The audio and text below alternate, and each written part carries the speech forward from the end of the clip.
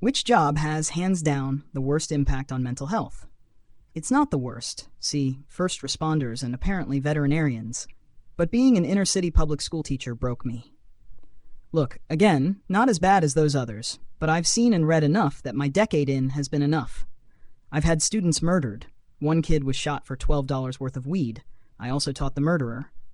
I've called DCS on many parents because my student came in beaten or starving. I paid for one of my students' lunches because she was pregnant and couldn't afford school lunch. I've seen brutal fights that have ended with hospitalization and have also been hospitalized due to breaking up fights. You watch brilliant students discover drugs and overdose. You see kids with bright futures get pregnant and refuse to go to college because they will be supported by the baby's father, who skipped town the day she gave birth. And you see kids fall through the cracks in the system to never be seen again. I've also reported 2 fucking pervert teachers. One didn't have enough evidence, but he was still let go, while the other currently enjoys prison. My first year, a few of us teachers started a club that would have lock-ins at the school because some of the kids needed a place to get food, get clean, and be away from the danger of home. I've never played more Monopoly in my life or eaten more Papa John's. I really didn't like doing it, but it was worth it at graduation when one of my students, who never missed club, thanked me because it was the one night her mom's boyfriend couldn't get her. I still cry about it. I'm crying now. There were amazing positives. I have a few students that are now doctors who were once told that they would never graduate. Getting kids who couldn't read at the beginning of their freshman year to graduate with a full ride to college is a feeling that I can't really compare to anything. But at the end of the day, the lows are too low. I left the first school that I taught at 6 years ago because we had an incident that definitely wasn't a school shooting that failed only because the kid turned the corner directly into our school officer. And out of fear, the kid killed himself instead of the kids on his list. I should have left then, but I thought it would get better, that I could handle it all. I can't. I'm tired. Reply: I'm a nurse. Used to be in oncology myself.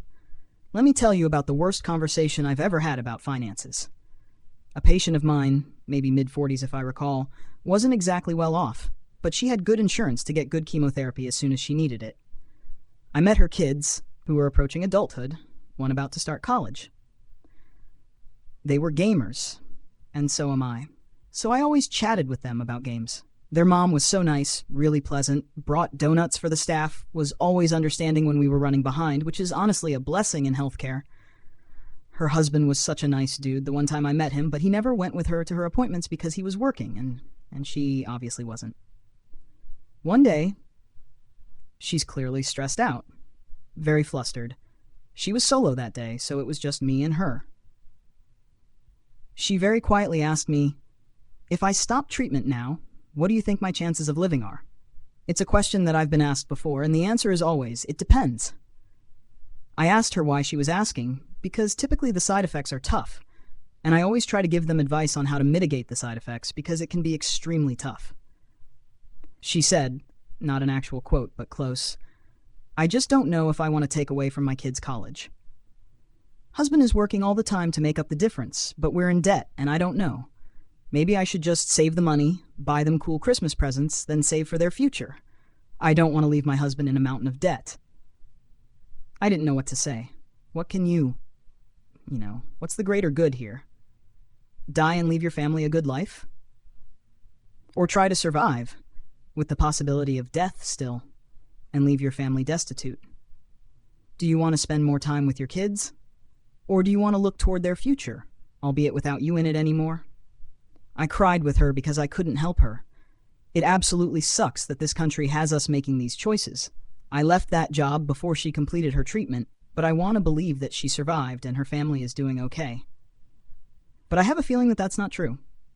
Story number 2. The FBI evidence sifters in child sex cases spend weeks freeze-framing children's faces during abuse videos and matching them to databases to identify the kids against other videos, missing children, etc., then putting it all in a timeline for prosecutors. Edit to add, they have to watch these videos looping back over and over to record audio, names, places, numbers, background noises, and any other evidence that might connect persons to acts or cases to other cases.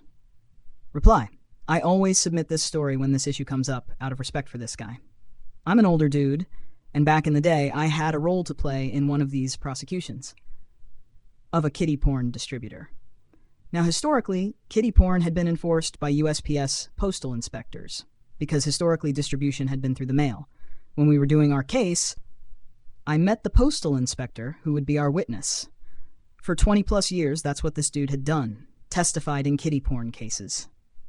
Among the things you have to prove with respect to each image is that the person depicted was under 18 when the picture was taken. This dude was the one who was going to do that for us. We had all the images collected in a 5-inch thick 3-ring binder. You could open to any page and he'd name the person depicted, tell you approximately the date the picture was taken, and tell you how old that person was on that date. For many of the victims, our witness knew that because he had met them, talked to them about the images, enlisted their help in prosecuting, in general, not on a case-by-case basis, and convinced them to share with him what had to be, in every case, horrifying experiences. And he remembered them all. Every story, every relative with a smile and a candy bar. He knew all the stories by heart. And then on a monthly basis, he would fly to someplace and give that testimony, recount the stories for the jury, recount his meetings with the victims. He would be there so that they didn't have to be. Anytime people talk about heroes they've met, I remember this guy. Just the most normal, average, mild-mannered guy you'd ever meet. And he spent at least half his working life doing this. Story number 3. I've been a cop for only 2 years. I can never see people the same again, and I've experienced more stress in that time than I have in my whole life. And I've already seen way more than you would imagine. Everything about the job sucks. The schedule is terrible. I never see my family or old friends. I go from 0 to 100 on stress about 10 times a night. Unfortunately, I also work in a big city. Everyone hates me, and for some reason, it's become socially acceptable to be openly racist towards me. Every person I talk to is constantly lying to me. Even the people who called me for help because they want someone to get in trouble badly enough. When the 1 out of 10,000 cops finally makes a mistake 5 states over, I have to pay for it with everyone's hate. I just wanted to save lives. And I already have saved more than I thought I would. But it's become so hard to put my vest on and get myself to work lately, and it crushes me to see some of my friends making 3x my salary, working 6 hours a day from home while I'm out here in the trenches every night. Every decision I make affects somebody's entire life and freedom, or could cost me or my coworker's life. The amount of red tape I have to go through to do my job is insane. Most of the criminals I break my back to capture get released the next day, or get let go in court on some stupid technicality.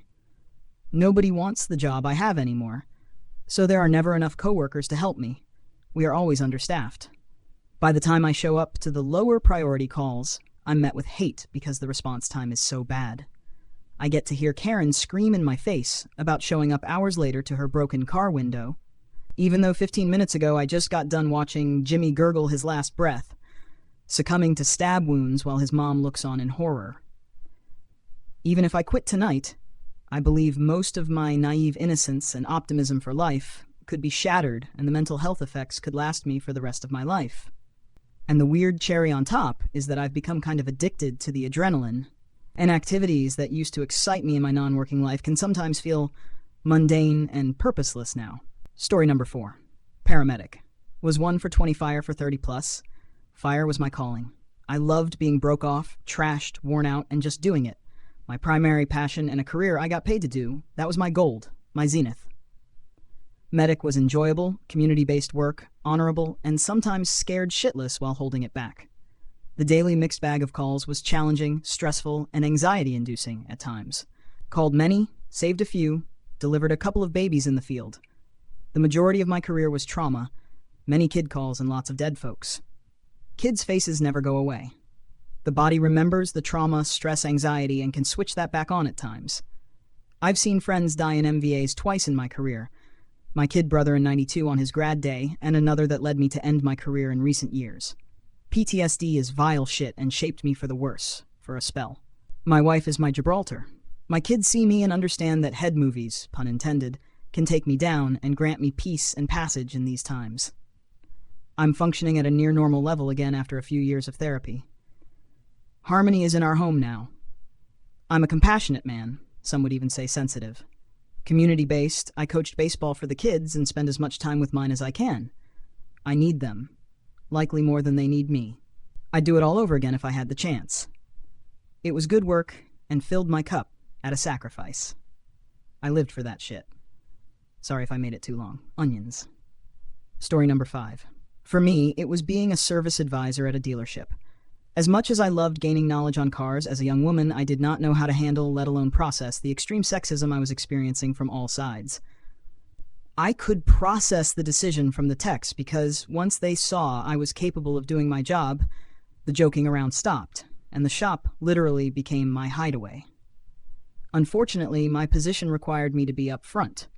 Most customers were so blatant with their sexism that I couldn't believe most of them were married. I was told I didn't know what I was doing because I was a woman on a daily basis. The joke was on them, though, because my supervisor was also a woman. So then it became about me being a young woman.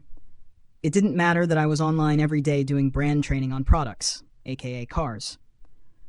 My age and gender, to most male customers, who primarily brought cars in, and I soon learned why, made me immediately ineffective and unable to possibly know anything about cars in their minds. Now, my manager was a man. The sexism I experienced from him, along with a lack of support, is probably why I ended up eventually doing what I did. He would constantly threaten to write me up for not wearing makeup while pushing his wife's Mary Kay products on me all the time. He also actively encouraged us to rip off our female customers whenever possible. I had originally been hired as a greeter, then got promoted. A porter was promoted with me as well, but this kid gave 2 shits about the job and eventually got fired. So I get told that now, due to his being fired, I'm no longer getting promoted. But I can keep the hourly raise, no hopes of salary though, and they want me to do everything they trained me to. So essentially, work the job without the pay.